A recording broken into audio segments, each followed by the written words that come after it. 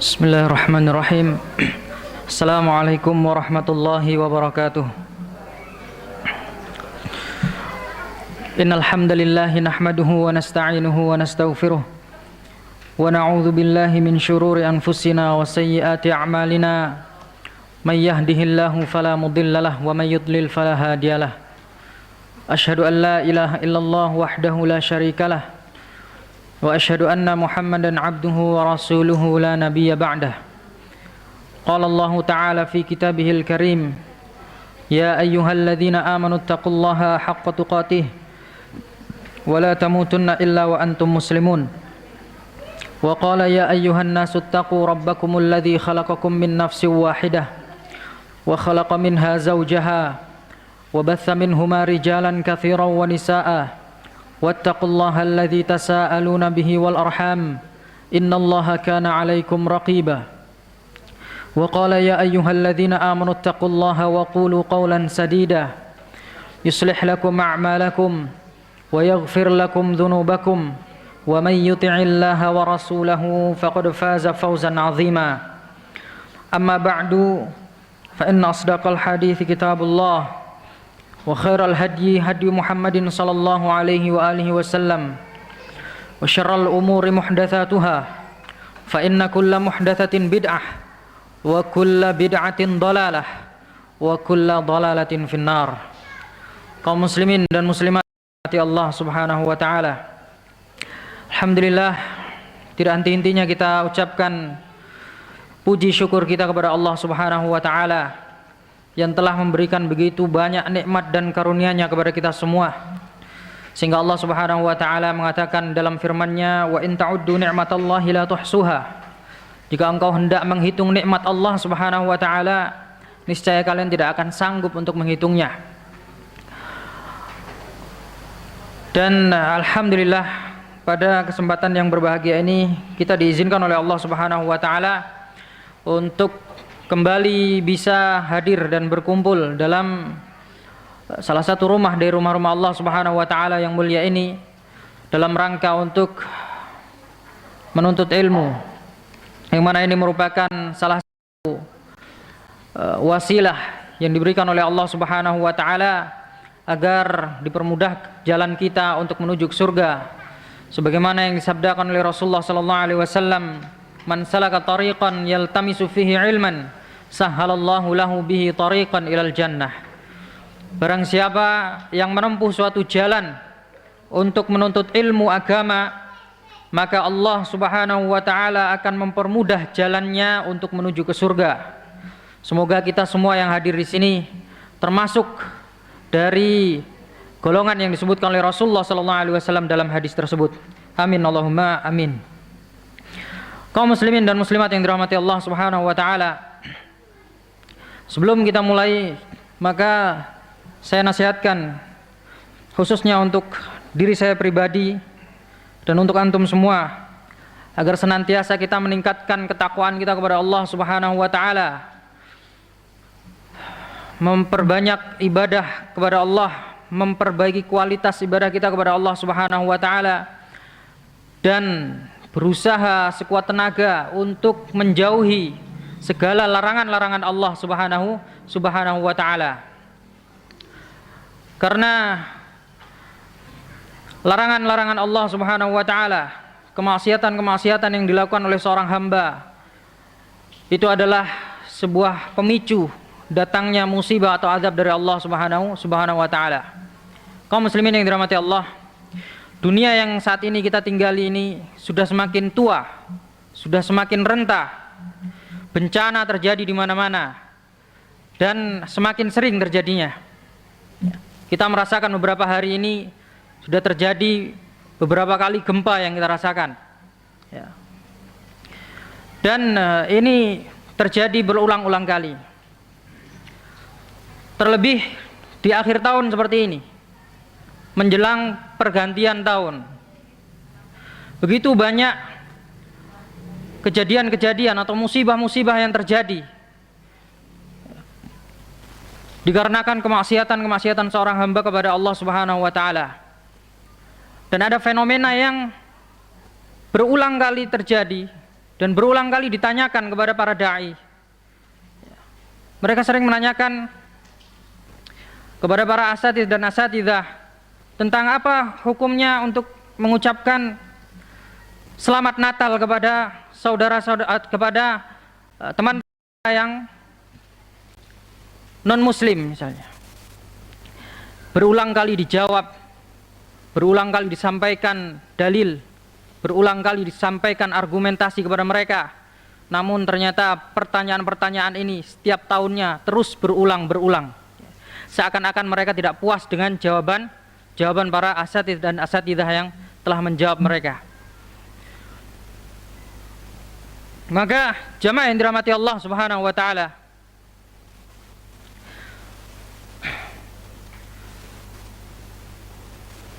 mengucapkan ucapan-ucapan seperti ini tentu merupakan sesuatu yang dilarang dalam agama. Secara tegas kita mengatakan bahwa hal itu tidak diperbolehkan. Karena itu bisa menggoyahkan atau merusak akidah kita terhadap agama Islam. Bisa merusak keimanan kita terhadap agama Islam ini. Jika mereka berdalih dengan toleransi beragama, maka toleransi yang diajarkan oleh Rasulullah SAW bukanlah seperti ini.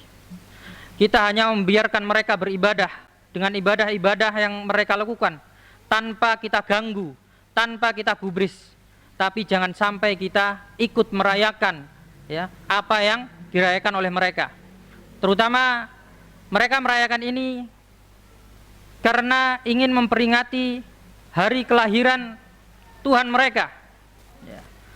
Walaupun sebagian mereka mengatakan atau berdalih bahwa dia bukanlah Tuhan, ya. Tapi nyatanya mereka menyembahnya, yaitu Isa Al-Masih alaihissalam, diyakini oleh umat Islam sebagai Nabi dan utusan Allah Subhanahu wa ta'ala. Ya. Maka tidak pantas bagi seorang Islam, bagi kaum muslimin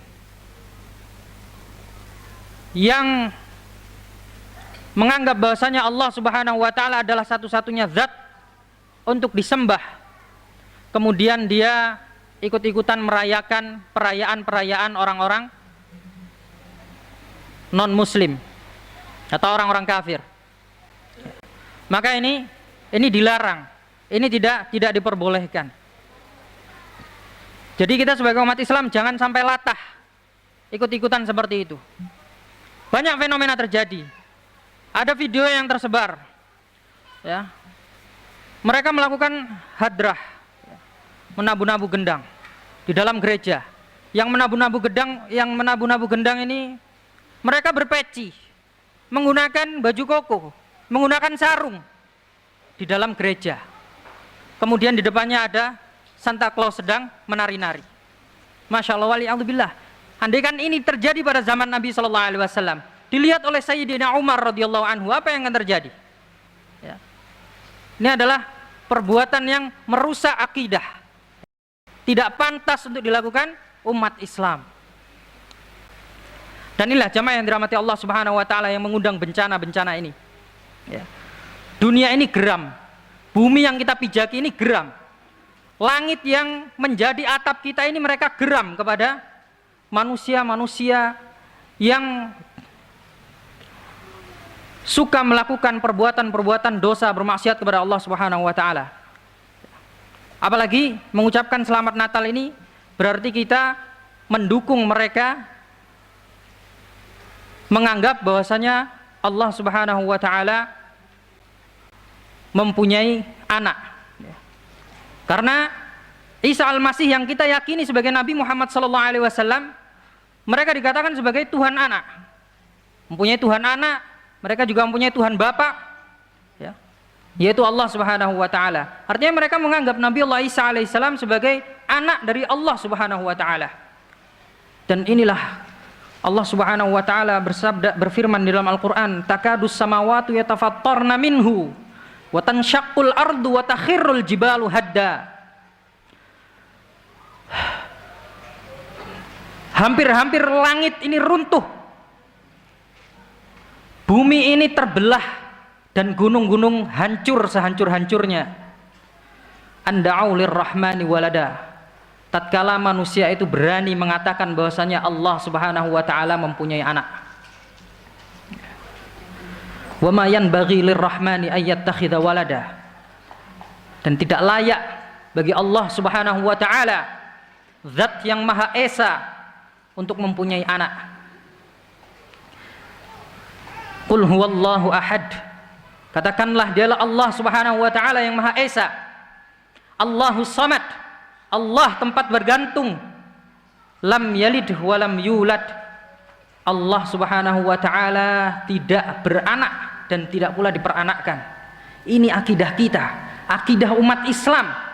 Nah, kalau kita sekarang mengatakan selamat Natal kepada teman-teman kita yang ini, maka sama saja kita mendukung anggapan mereka bahwasanya Allah Subhanahu wa taala itu mempunyai anak. Dan ini rusak akidah kita, ya. Rusaknya akidah kaum muslimin, dan ini yang menyebabkan berbagai macam bencana-bencana datang menimpa umat manusia. Wal-iyadzu billah. Maka jemaah yang dirahmati Allah Subhanahu wa taala, jika ada yang bertanya kepada kita apa hukumnya ini, maka jangan ragu dengan keyakinan kita, dengan akidah kita. Katakan bahwasanya itu adalah perkara yang haram. Tidak boleh sebagai umat Islam untuk melakukan hal-hal seperti itu atau ikut merayakannya, bahkan sampai masuk ke dalam gereja, ya, dan lain sebagainya dengan alasan toleransi beragama. Ini bukan toleransi, ya.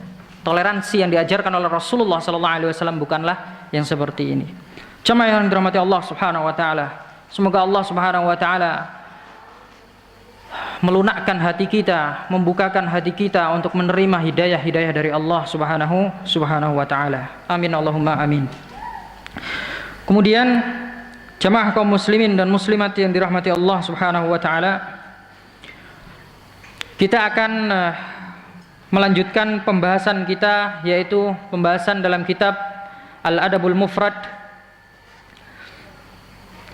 Pada kesempatan yang lalu kita telah membahas sebuah bab atau membacakan hadis dari sebuah bab yang dituliskan oleh Al-Imam Al-Bukhari, bab Al-Waladu Qurratul Ain, bab yang menerangkan bahwa anak itu adalah penyejuk mata, pelipur lara.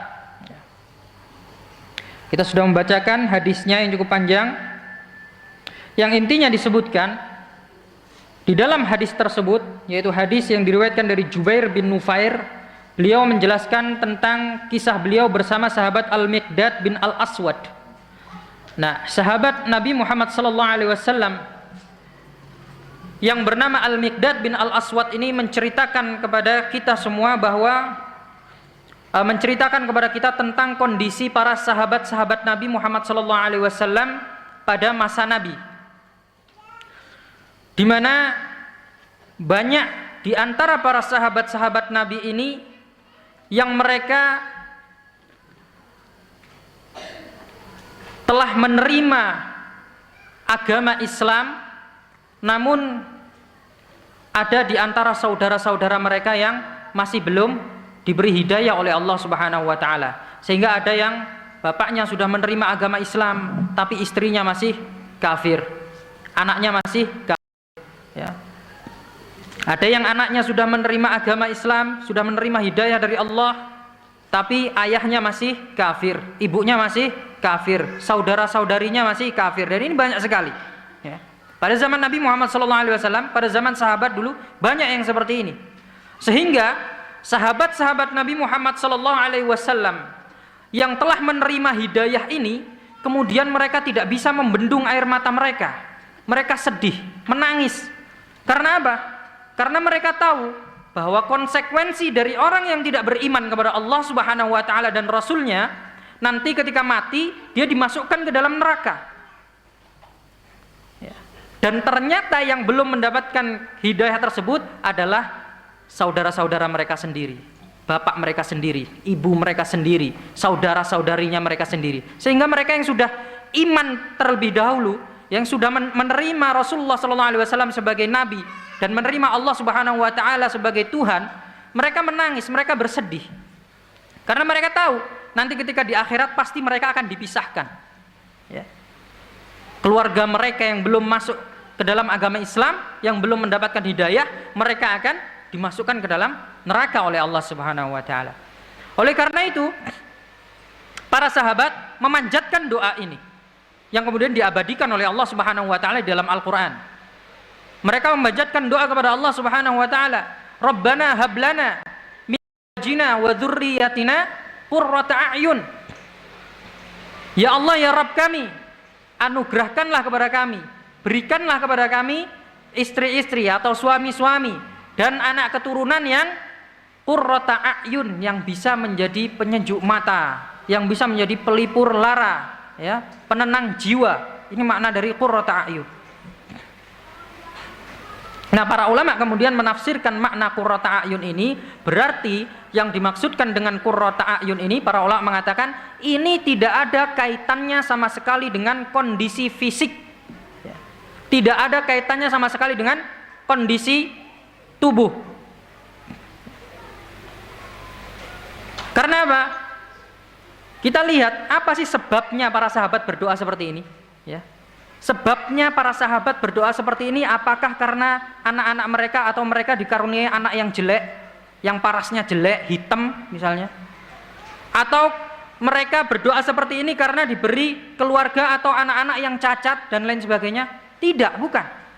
Mereka memanjatkan doa seperti ini karena mereka ingin diberikan oleh Allah Subhanahu wa taala keluarga-keluarga yang bisa masuk surga bersama-sama dengan mereka. Maka para ulama mengatakan makna dari qurrata a'yun ini adalah orang-orang yang taat kepada Allah Subhanahu wa taala. Mereka meminta, ya Allah, berikanlah kepada kami anak istri yang taat, ya, kepadamu, yang soleh, yang solehah, berbakti kepada Allah Subhanahu wa taala, berbakti kepada kedua orang tuanya. Sehingga apa? Sehingga nanti kemudian bisa masuk surga bersama-sama. Karena jamaah yang dirahmati Allah Subhanahu wa taala, tidak ada yang lebih membahagiakan, tidak ada yang lebih membanggakan untuk seseorang daripada diberi anugerah keluarga yang soleh, daripada diberikan anak yang soleh atau solehah. Tidak ada yang lebih membanggakan bagi orang tua daripada anak yang soleh atau solehah. Karena dengan anak-anak yang soleh, dengan keluarga-keluarga yang soleh dan solehah ini, mereka bisa berkumpul nanti tidak hanya di dunia, tapi sampai nanti di surga Allah Subhanahu wa taala. Jadi para ulama mengatakan makna qurrata a'yun ini tidak ada kaitannya dengan kondisi fisik, ya, tidak ada kaitannya dengan kondisi fisik, tapi ini kaitannya adalah dengan ketaatan seorang kepada Allah Subhanahu wa taala.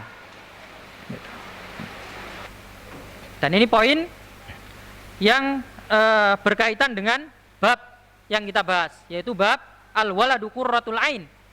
Anak itu adalah qurratu ain, penyejuk mata, pelipur lara. Bagaimana seorang anak itu bisa menjadi qurratu ain? Yaitu ketika anak tersebut taat kepada Allah Subhanahu wa taala. Ketika anak tersebut menjadi anak yang soleh. Ketika anak tersebut menjadi anak-anak yang berbakti kepada Allah Subhanahu wa taala dan orang tuanya. Inilah pada saat itu anak menjadi qurrata a'yun, penyejuk mata, pelipur lara, ya, penenang jiwa. Ya. Karena banyak juga anak-anak yang tidak menjadi qurrata a'yun, ya, tidak menjadi qurratu ain, tidak menjadi penyejuk mata bagi orang tuanya, justru sebaliknya, orang tuanya sangat murka kepada anak ini, ya. Bisa jadi seperti ini, dan ini banyak terjadi ketika anak tersebut durhaka kepada orang tuanya. Diperintahkan untuk beribadah tidak mau, diperintahkan untuk berbakti kepada Allah Subhanahu wa taala, dia melawan. Untuk berbakti kepada kedua orang tuanya, dia melawan. Segala perintah orang tuanya ditentang, ya, dan segala larangannya justru dikerjakan. Maka anak seperti ini tidak bisa dikatakan dia sebagai qurratu ain. Tidak semua anak bisa menjadi penyejuk mata bagi orang tuanya. Kapan seorang anak itu bisa menjadi penyejuk mata bagi orang tuanya? Ketika anak tersebut menjadi anak yang soleh, anak yang berbakti kepada kedua orang tuanya, anak yang taat beribadah kepada Allah Subhanahu wa Ta'ala dan Rasulnya. Nah, ini yang dimaksudkan di dalam hadis yang dikisahkan oleh Al-Miqdad bin Aswad radhiyallahu ta'ala anhu ini. Dan ini poin yang berkaitan dengan bab kita. Kemudian jamaah yang dirahmati Allah Subhanahu wa Ta'ala, dari hadis yang panjang ini kita tidak hanya bisa mengambil faedah yang hanya berkaitan dengan bab ini saja, tapi dalam hadis ini banyak sekali faedah yang bisa kita ambil. Di antaranya kemarin sudah kita sebutkan, di dalam hadis ini disebutkan tentang betapa mulianya akhlak para sahabat Nabi Muhammad sallallahu alaihi wasallam. Di mana ketika ada yang mengatakan kepada Al-Miqdad bin Al-Aswad, ya, mengatakan dengan perkataan yang membuat Al-Miqdad bin Al-Aswad ini marah, ya, kemarin diceritakan bahwa ada seorang laki-laki yang tiba-tiba datang kepada Miqdad bin Al-Aswad radhiyallahu anhu dan dia mengatakan, sungguh beruntung orang yang memiliki kedua bola mata ini. Maksudnya adalah kedua bolanya atau kedua matanya Al-Miqdad bin Aswad. Kenapa bisa beruntung? Laki-laki ini mengatakan karena kedua mata ini telah melihat Rasulullah SAW secara langsung dan melihat kejadian-kejadian yang terjadi pada zaman Rasulullah SAW yang dialami oleh Rasulullah SAW secara langsung. Dan dia ini iri. Dia mengatakan, coba seandainya aku lahir pada zaman itu, pada masa itu, karena aku juga ingin melihat apa yang engkau lihat dan menyaksikan apa yang engkau saksikan, peristiwa-peristiwa yang engkau saksikan terhadap Rasulullah SAW. Nah, ternyata perkataan orang ini membuat sahabat Al-Miqdad bin Al-Aswad ini marah. Nah, namun ketika beliau marah ini, disebutkan oleh Jubair bin Nufair yang meriwayatkan hadis ini, beliau mengatakan, faja'altu a'jab, aku kagum dengan akhlaknya Al-Miqdad bin Al-Aswad ini. Beliau marah, tapi maqala illa khairan, dia tidak mengatakan perkataan-perkataan kecuali yang baik-baik. Artinya walaupun dia marah, dia nggak sampai mencela, nggak sampai mencaci maki, ya. Mohon maaf, dia tidak mengatakan dasar kamu bodoh dan lain sebagainya. Jangan berkata seperti itu, dasar bodoh dan lain sebagainya. Nggak seperti itu. Padahal dia marah, ya. Walaupun dia marah, tapi tidak sampai mengatakan perkataan-perkataan yang kasar, yang kotor.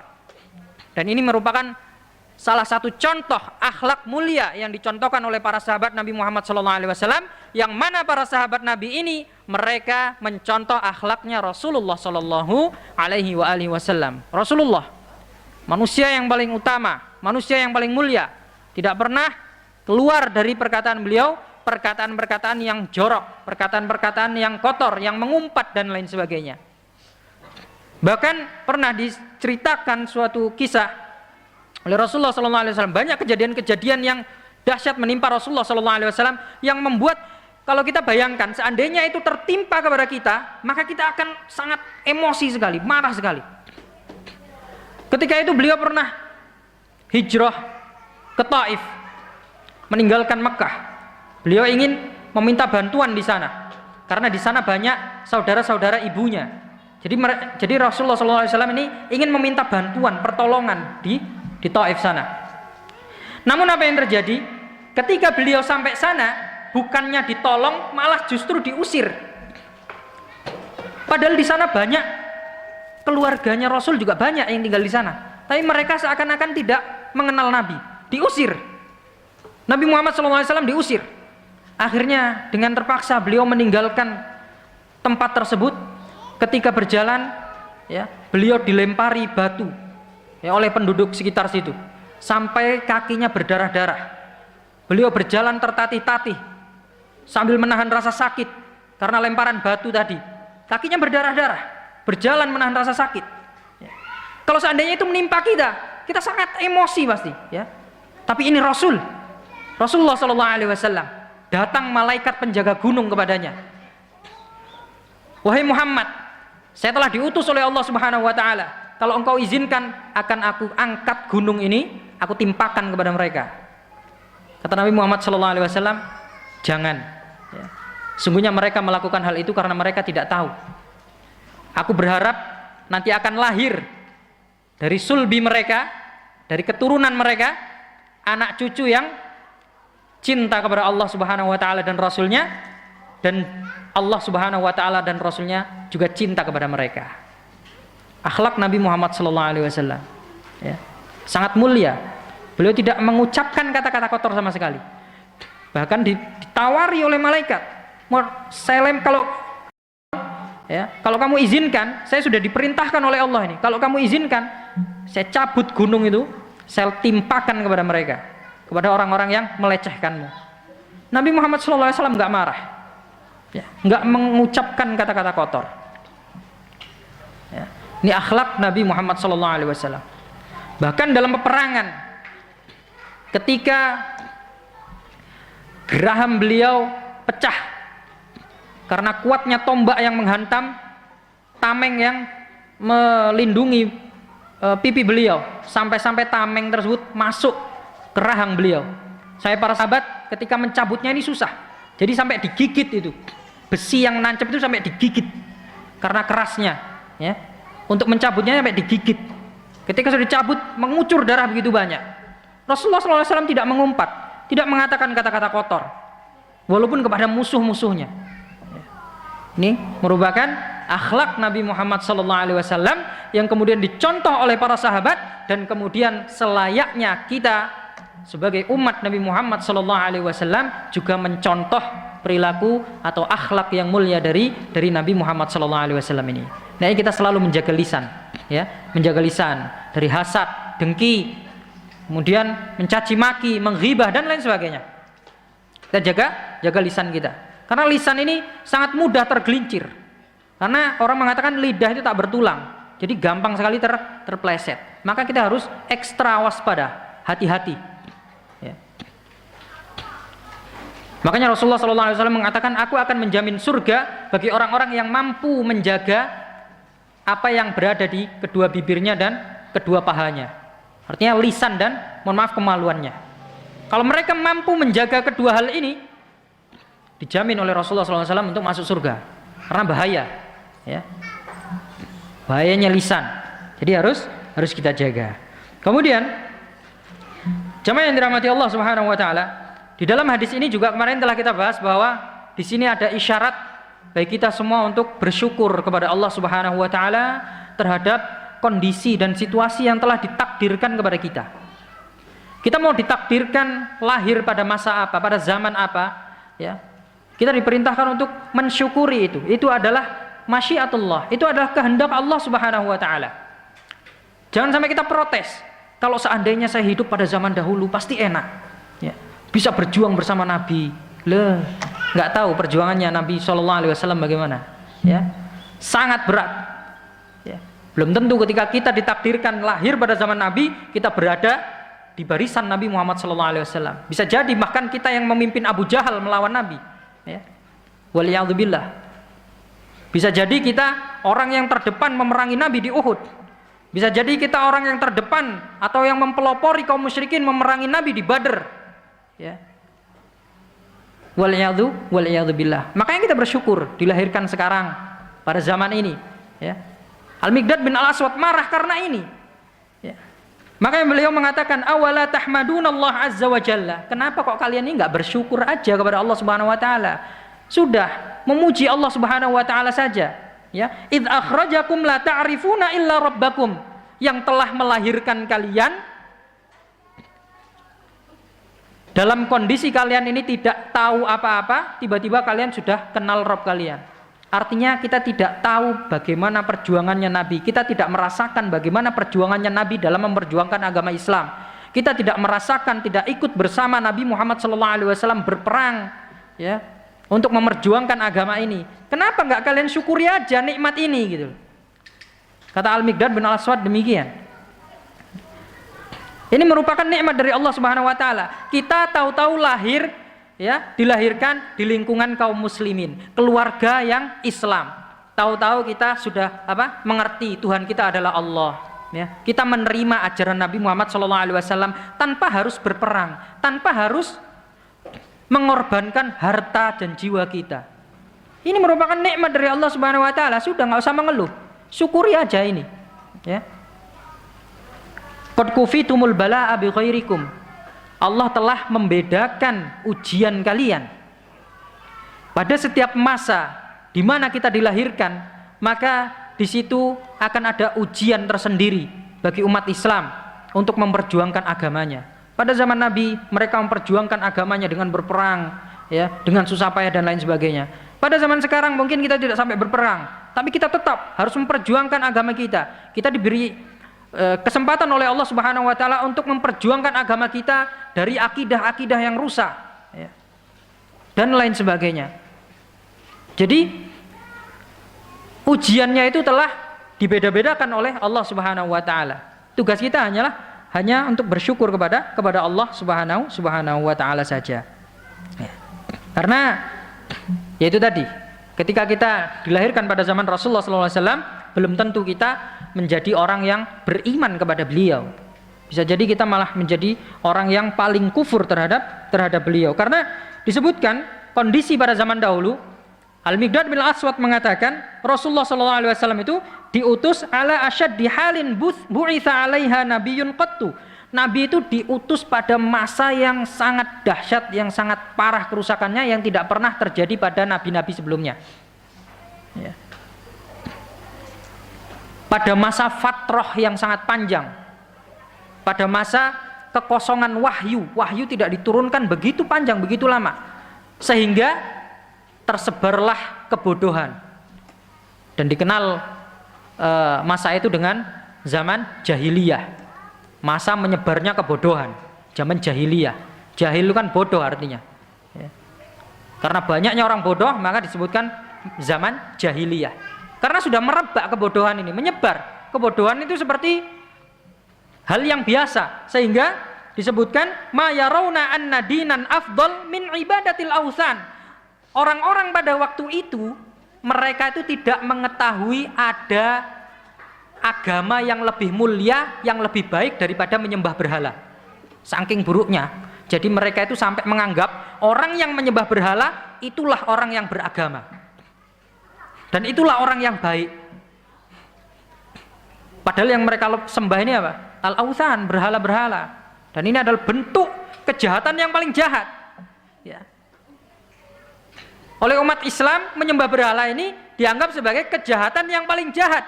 Tapi pada masa jahiliyah, menyembah berhala ini dianggap sebagai perbuatan yang paling baik, dan bahkan tidak ada yang lebih baik dibandingkan menyembah berhala. Karena apa? Tersebarnya kebodohan tadi. Makanya Nabi Muhammad SAW itu diutus pada masa yang sangat berat, ya, pada masa yang sangat berat dan masa yang sangat dahsyat sekali. Nah ini, maka kita tidak boleh berangan-angan untuk lahir di zamannya si fulan, atau zaman yang akan datang, atau zaman di masa lalu dan lain sebagainya. Sudah cukup kita syukuri apa yang diberikan Allah Subhanahu wa taala, apa yang ditakdirkan oleh Allah Subhanahu wa taala kepada kita. Kita bersyukur dan kita jalani.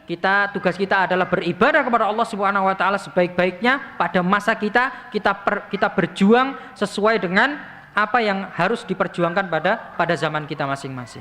Nah, jamaah yang dirahmati Allah Subhanahu wa taala, inilah diantara faedah ya dari hadis yang berkaitan dengan bab al-waladu qurratul ain ini. Kemudian kita lanjutkan, masih ada waktunya? Masih. Kita lanjutkan ke dalam bab berikutnya dari kitab Al-Adabul Mufrad. Bab berikutnya adalah bab man da'a li sahibihi an aktsir malahu wa waladah. Bab yang menerangkan bolehnya mendoakan sahabat kita atau teman kita atau orang lain agar dibanyakkan hartanya, dibanyakkan anaknya, ya, agar dibanyakkan hartanya dan anaknya. Boleh enggak doa seperti ini? Maka kita lihat hadis yang dibawakan oleh Al-Imam Al-Bukhari di dalam bab ini, yaitu hadis yang diriwayatkan oleh Anas bin Malik radhiyallahu anhu. Jadi Anas radhiyallahu anhu qala, dari sahabat Anas bin Malik radhiyallahu anhu, beliau berkata, dakhaltu 'alan Nabi sallallahu alaihi wasallam yauman wa ma huwa illa ana wa ummi wa ummu haram khalati. Suatu ketika, jadi Anas bin Malik ini, hadis ini sebetulnya diriwayatkan oleh sahabat Nabi yaitu Thabit. Nah, Thabit ini meriwayatkan dari Anas bin Malik, menceritakan tentang ceritanya Anas bin Malik. Anas bin Malik radhiyallahu anhu ini, beliau pernah suatu hari mengundang Rasulullah SAW untuk hadir ke rumah beliau, untuk hadir ke rumahnya Anas bin Malik. Dan ketika Rasulullah SAW datang ke rumahnya Anas bin Malik, ketika itu di rumahnya Anas tidak ada orang kecuali dia, kecuali Anas bin Malik, kemudian ibunya dan bibinya. Bibinya Anas bin Malik. Jadi laki-lakinya cuma Anas bin Malik, yang dua adalah perempuan, ibunya dan bibinya Anas bin Malik. Kemudian iddakhala alaina faqala lana. Ketika Rasulullah SAW datang ke rumah kami, beliau mengatakan kepada kami, ala usalli bikum, maukah aku sholat bersama kalian? Ditawari untuk sholat bersama Nabi Muhammad SAW. Tentu Anas bin Malik selaku sahabat Nabi Muhammad SAW ini merupakan suatu kehormatan, ya. Diajak sholat oleh Nabi Muhammad SAW. Wa dzaka fi ghairi waqti sholat. Ya. Dan ketika itu belum masuk waktu sholat, artinya diajak sholat tapi di luar waktu sholat fardu, sholat 5 waktu. Ya. Faqala rajulun minal qaum, kemudian ada seorang yang bertanya kepada sahabat, kepada Thabit ini, ya, yang menceritakan kisah ini. Ada yang bertanya kepada Thabit, fa aina ja'ala Anasan minhu? Ketika mereka melaksanakan sholat, Anas bin Malik ini diletakkan di mana oleh Rasulullah? Posisinya diletakkan di mana oleh Rasulullah SAW? Kemudian dia mengatakan, ja'alahu an yamini. Nabi Muhammad SAW meletakkan Anas bin Malik di sebelah kanan beliau ketika sholat. Summa shalla bina. Kemudian Rasulullah SAW sholat bersama kami. Summa da'alana, yaitu ahlul bait. Kemudian Rasulullah SAW mendoakan ahlul bait, yaitu mendoakan keluarganya Anas bin Malik, bikulli khairin min khairid dunya wal akhirah, dengan segala kebaikan dunia dan kebaikan akhirat. Faqalat ummi, kemudian ibuku berkata kepada Rasulullah SAW, ya Rasulullah, wahai Rasul, khuwaidimuk ud'ullaha lah. Ini Anas bin Malik ini, pembantumu ini ya Rasulullah, tolong doakan dia. Maka fada'ali bikulli khair. Kemudian kata Anas bin Malik, Nabi Muhammad SAW mendoakan aku dengan segala bentuk kebaikan, baik itu di dunia maupun kebaikan di akhirat. Kana fi akhiri du'aihi an qala Allahumma akthir malah wa waladah wa bariklah. Dan di akhir doanya Rasulullah ketika mendoakan Anas bin Malik ini, Rasulullah berdoa, ya Allah, berikanlah Anas bin Malik ini banyak harta, banyak anak, dan berkahilah dia, berkahilah kehidupannya. Ya. Maka jamaah yang dirahmati Allah Subhanahu Wa Taala, poin pembahasan kita yang berkaitan dengan bab adalah doa Nabi Muhammad SAW yang terakhir ini, yaitu tatkala Rasulullah SAW mendoakan Anas bin Malik, Allahumma akthir malah wa waladah wa bariklah. Ya Allah, berikanlah kepada Anas bin Malik ini banyak harta, banyak anak, dan berkahilah. Nah, jamaah yang dirahmati Allah, ketika kita melihat doa dari Rasulullah SAW ini, maka kita melihat di sini begitu bijaksananya Rasulullah SAW. Di mana ketika Rasulullah SAW dimintai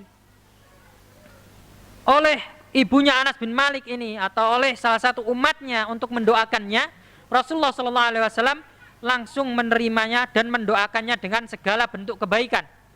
Ya.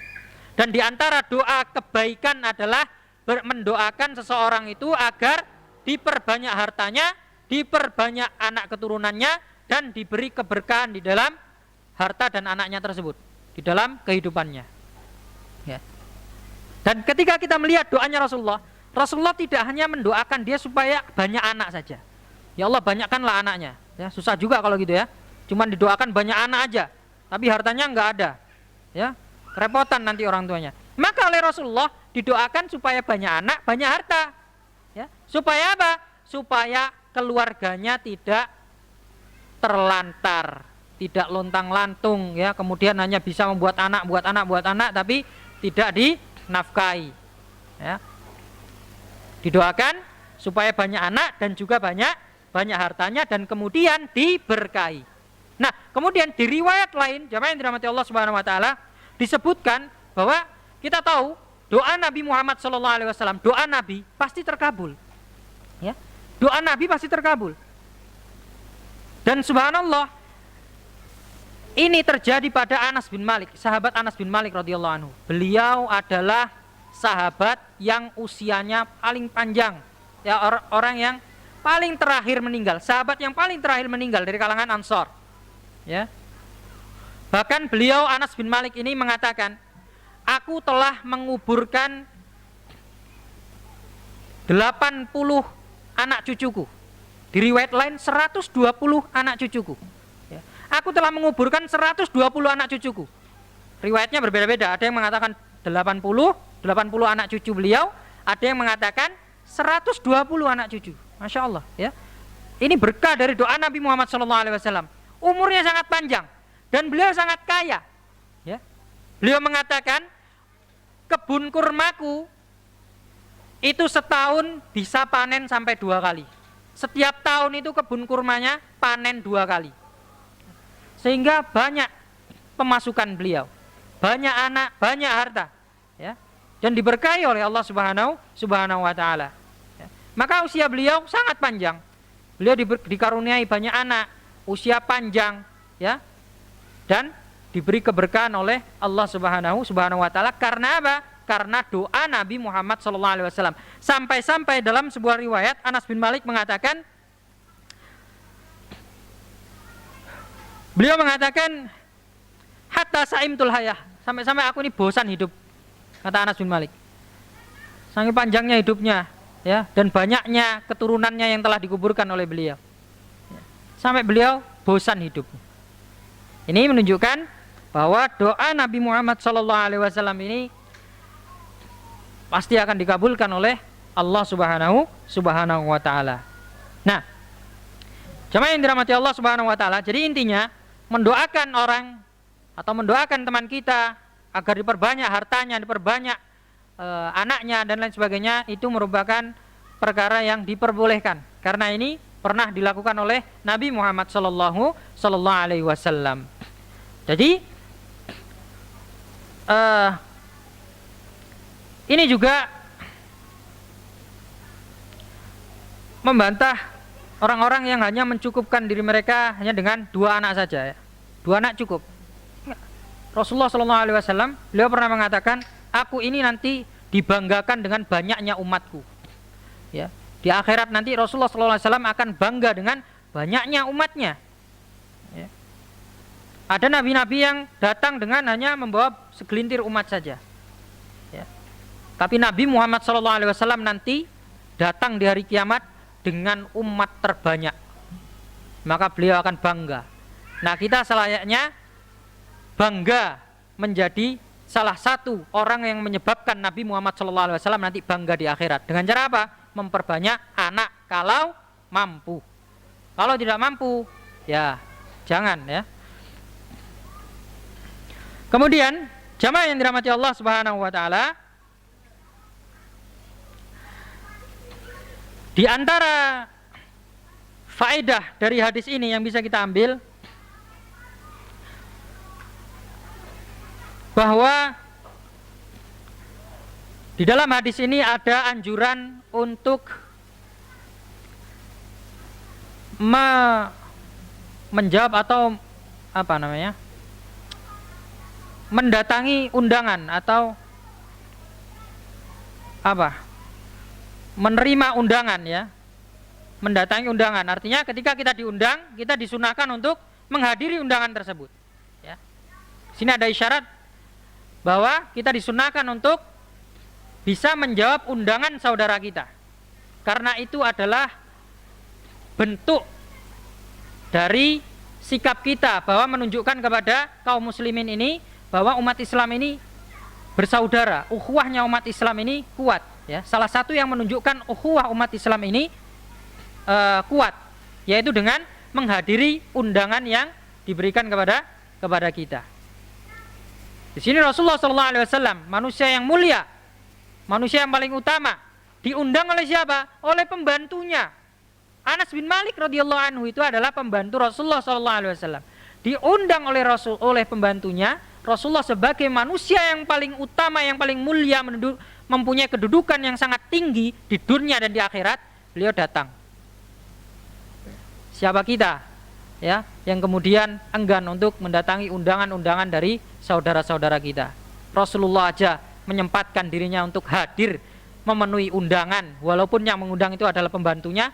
Kok kita tidak bisa menyempatkan diri kita untuk menghadiri undangan dari saudara-saudara kita? Habis waktunya? Sudah habis waktunya? Habis nih. Nah. Kurang 3 menit lagi. Kita lanjutkan sedikit lagi. Kemudian di antara faedah juga yang bisa kita ambil dari hadis ini adalah bahwa boleh kita melaksanakan sholat sunnah secara berjamaah, ya. Boleh kita melaksanakan sholat sunnah berjamaah. Di sini Rasulullah SAW ketika datang, beliau menawarkan kepada anggota keluarga Anas bin Malik, maukah aku sholat bersama kalian? Artinya sholat jamaah. Dan ini disebutkan, dari mana kita tahu ini bukan sholat wajib? Di situ disebutkan wadzaka fi ghairi waqti sholatin, itu bukan maksud waktu sholat, masih di luar waktu sholat. Artinya yang dilakukan ini adalah sholat sunnah dan dilaksanakan secara berjamaah. Nah, ini boleh dilakukan, ya. Sholat sunnah apa namanya? Nah, ini sholat sunnah mutlak, ya. Sholat sunnah mutlak, tidak ada ikatannya, tidak ada sebabnya apa-apa, tiba-tiba kita sholat saja, ya. Dan ini boleh kita memperbanyak sholat sunnah, boleh, walaupun nggak ada sebab, ya. Tiba-tiba kita sholat 2 rakaat, sholat sunnah 2 rakaat, boleh tidak ini? Boleh dilakukan untuk memperbanyak kebaikan kita, untuk memperbanyak pahala kita kepada Allah Subhanahu Wa Taala. Ini namanya sholat sunnah mutlak, ya. Ini boleh dikerjakan, kecuali dalam atau pada waktu-waktu yang dilarang oleh Rasulullah SAW untuk sholat padanya. Jadi sholat sunnah mutlak ini boleh dilakukan kapan saja, kecuali pada waktu-waktu yang dilarang oleh Rasulullah SAW. Kapan waktu-waktu yang dilarang untuk sholat? Rasulullah SAW dalam sebuah hadis yang dibawakan oleh Sa'id Al-Khudri radhiyallahu anhu, beliau mengatakan bahwasanya beliau pernah mendengar Nabi Muhammad SAW bersabda, la salata ba'da subhi hatta tartafi'a syamsu, wala salata ba'dal asri hatta taghiba syamsu. Tidak boleh melaksanakan sholat setelah sholat subuh sampai terbit, sampai matahari ini meninggi. Bukan hanya terbit, ya. Perhatian di sini lafadznya tartafi'a syamsu, sampai matahari meninggi. Dan tidak boleh sholat setelah asar sampai matahari benar-benar terbenam, ya. Dalam waktu ini kita tidak boleh sholat. Sholat sunnah mutlak tidak boleh. Tapi kalau sholat untuk mengkodok misalnya, boleh. Misalnya kita sholat subuhnya kesiangan bangunnya, maka kita boleh segera melakukan sholat subuh tersebut, ya, sebagai apa? Kodok. Karena untuk mengkodok sholat tersebut, walaupun pada waktu yang terlarang, tidak apa-apa. Atau sholat sunnah muqayyad misalnya, sholat sunnah yang dilakukan karena ada sebab. Misal sholat sunnah wudhu, sholat tahiyatul masjid. Ini kan ada sebabnya. Kenapa kita sholat? Karena kita masuk masjid. Sholat tahiyatul masjid, sholat untuk menghormati masjid namanya. Nah, ini boleh dilakukan, ya, karena ada sebabnya. Walaupun di waktu terlarang, kita tetap boleh melaksanakan sholat ini. Ini yang dikatakan oleh para ulama. Sebenarnya dalam masalah ini ada perselisihan pendapat, ya, perbedaan pendapat. Al-Imam Syafi'i rahimahullah ta'ala, pendapat Imam Syafi'i mengatakan bahwa boleh kalau sholat sunnah muqayyad atau sholat kodok, mengkodok sholat atau sholat sunnah yang ada sebabnya, boleh dilakukan walaupun pada waktu-waktu yang terlarang ini tadi, ya. Kalau sholat sunnah mutlak yang tidak ada sebabnya apa-apa, ini dilarang, ya, ini dilarang. Kemudian ada lagi waktu dilarangnya sholat, ya, dari hadis yang diriwayatkan oleh Uqbah bin Amir, beliau mengatakan, salatu sa'atin kana Rasulullah sallallahu alaihi wasallam yanhana an nusalliya fihinna au an naqbura fihinna mautana. Ada 3 waktu yang dahulu Rasulullah sallallahu alaihi wasallam melarang kami untuk sholat dalam atau pada waktu tersebut, dan melarang kami untuk mengubur mayit-mayit kami, orang mati di antara kami pada waktu-waktu tersebut. Kapan waktu tersebut? Yang pertama, hina tatlu asyamsu bazighatan hatta tartafi' wa hina yaquma qa'imudz dhahirati hatta tamila syamsu wa hina tadayyafu syamsu lil ghurubi hatta taghrub. Yang pertama, kata Rasulullah SAW, kita tidak boleh sholat ketika matahari baru terbit, baru muncul, atau masih baru kelihatan setengahnya, sepertiganya, atau sudah kelihatan sempurna tapi masih baru kelihatan, baru terbit. Ini tidak boleh. Hatta tartafi', sampai matahari tersebut meninggi. Dijelaskan dalam riwayat yang lain, sampai tingginya 1 tongkat, ya, 1 tombak atau 1 tongkat. Itu baru boleh sholat. Tapi kalau masih baru terbit, nggak boleh sholat sampai matahari tersebut meninggi. Kemudian yang kedua, hina yaquma qa'imudz dhahirati hatta tamila syamsu, yaitu ketika matahari berada tepat di atas kepala kita. Ya, jadi ada suatu kondisi ketika matahari itu berada tepat di atas kita, sehingga kalau kita melihat bayangan kita ini kosong, ya kita nggak punya bayangan. Karena apa? Karena matahari itu tepat berada di atas kita. Sampai kapan? Hatta tamila syamsu, sampai matahari tersebut bergeser sedikit sehingga kita mempunyai bayangan ke timur, ya. Artinya berarti matahari itu bergeser ke arah barat sedikit sehingga kita mempunyai bayangan ke timur. Nah, ini baru boleh sholat.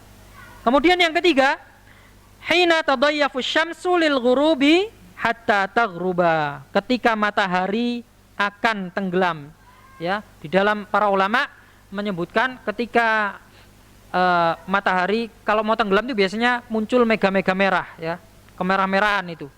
Nah, itu pada waktu itu kita tidak boleh sholat sampai kapan? Sampai matahari ini betul-betul hilang, betul-betul tenggelam. Nah, ketika itu baru kita boleh sholat. Sekali lagi, yang dilarang dalam hal ini adalah sholat sunnah mutlak yang tidak ada penyebabnya. Kalau itu sholat sunnah muqayyad yang ada penyebabnya, atau sholat qadha misalnya, maka boleh dilakukan kapanpun. Ya, demikian jamaah yang dirahmati Allah Subhanahu wa taala, semoga yang sedikit ini bermanfaat bagi kita semua dan bisa difahami.